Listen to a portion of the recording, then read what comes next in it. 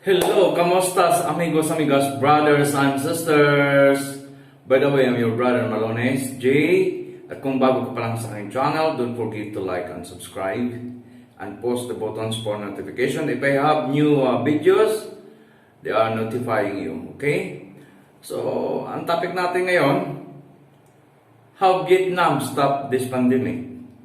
Please watch this. Keeping me away from you. Now I can't breathe. How am I to live without you? Hello, welcome back again. I'm your brother Malunesj again. So, ang ating pag-usapan, how Vietnam stopped this pandemic. Sila ay mahinang bansa at mahirap na bansa. Pero nalabanan nila ang epidemya na ito. The Vietnam, how has it managed by to keep its COVID-19 infection rate so slow? Ayon sa report, as the coronavirus pandemic reached in wealthy European countries more than 10,000 kilometers and 6,000 miles from China, where the outbreak began, Vietnam has widely been spared. Okay? In Germany alone, at the latest numbers from the Johns Hopkins University, however, 134,000 people have been infected with the novel coronavirus, especially now as SARS-CoV-2, resulting in more than 3,800 fatalities. Vietnam, which shares our 1,100 kilometer long border with China, however, has only reported only 216 infection and no fatalities since the outbreak began in January. You see, mga brothers and sisters, magaling yung mahirap na bansa, right? Even if we consider these numbers with a dose of caution and things is clear, Vietnam has done a good job thus far in fighting the coronavirus. During the 10th New Year celebration at the end of January, Vietnam's government said it was declaring war on the coronavirus.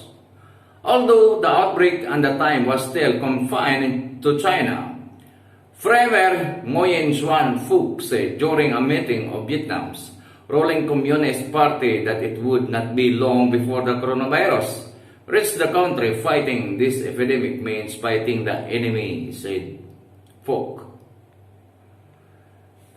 So, napakagaling ng Vietnam kahit sila ay hindi mayaman na bansa. But they are controlling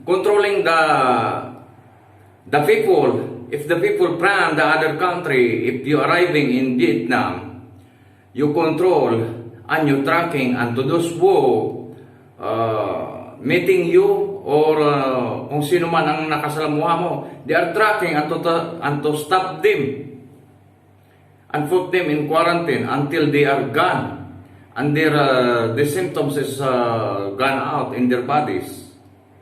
So napakagaling ng ng Vietnam. Sa Pilipinas kasi pinabayaan lang tayo nung una pa lang. Mas malapit pa yung Vietnam sa China kumpara sa atin, katawid pa ng dagat sa atin. Kaya lang napabayaan sa atin, right? However, this fight will depend on a lot of government funding and stalled public health system, which are two things that Vietnam lacks.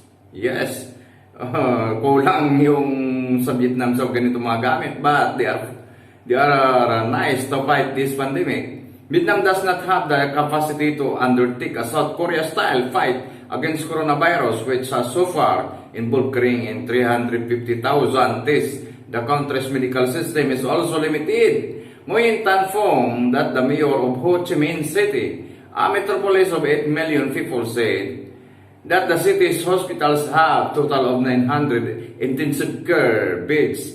An epidemic in the city would easily overwhelm this capacity. Oh, you say that? They are controlling. To take the fight to coronavirus, Vietnam instituted rigorous quarantine policies and carried out tracking people, complete tracing and tracking people who came in contact with the virus. These measures were implemented much earlier in the course of the epidemic than in China, where lockdowns of entire cities were used as a last resort to keep the virus from spreading further. You see, the quarantine and the tracking person who contacted about this pandemic, they are stopping them and tracking to those who are contacted some another person that they have epidemic. Di ba napakagaling? Yung China, napakagaling nila, no? Pero mahina sila sa diskarte. Kung paano stop. Hanggang ngayon, China is hiding the truth until this time. Until this time, they are suffering, but they are hiding the truth into the whole world. Because the whole world hate them, especially these European and Americans. Right?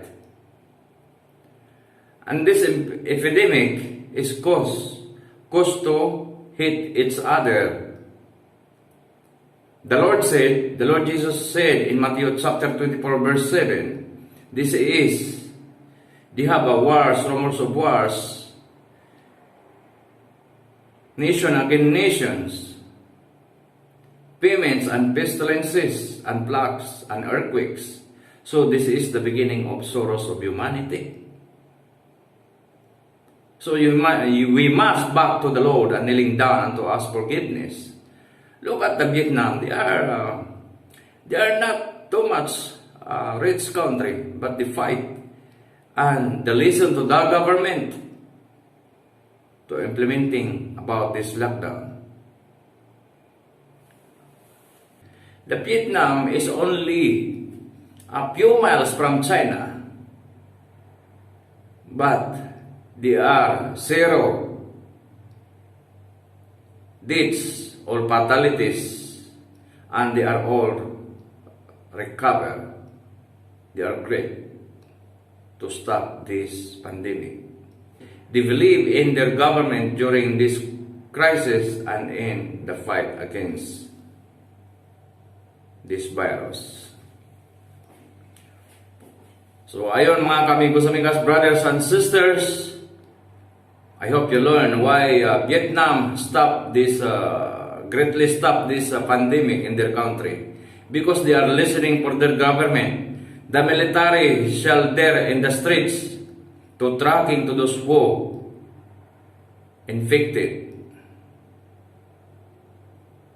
And I hope you like this my video. Please don't forget to thumbs up, post the notification, and I will do more videos, biblical or blogs or news to all of you, brother and sisters, amigos, amigas. By the way, I'm your brother Malunesj. At hanggang dito na lang ang ating video ito. At ako'y nagsasabing, God bless you all.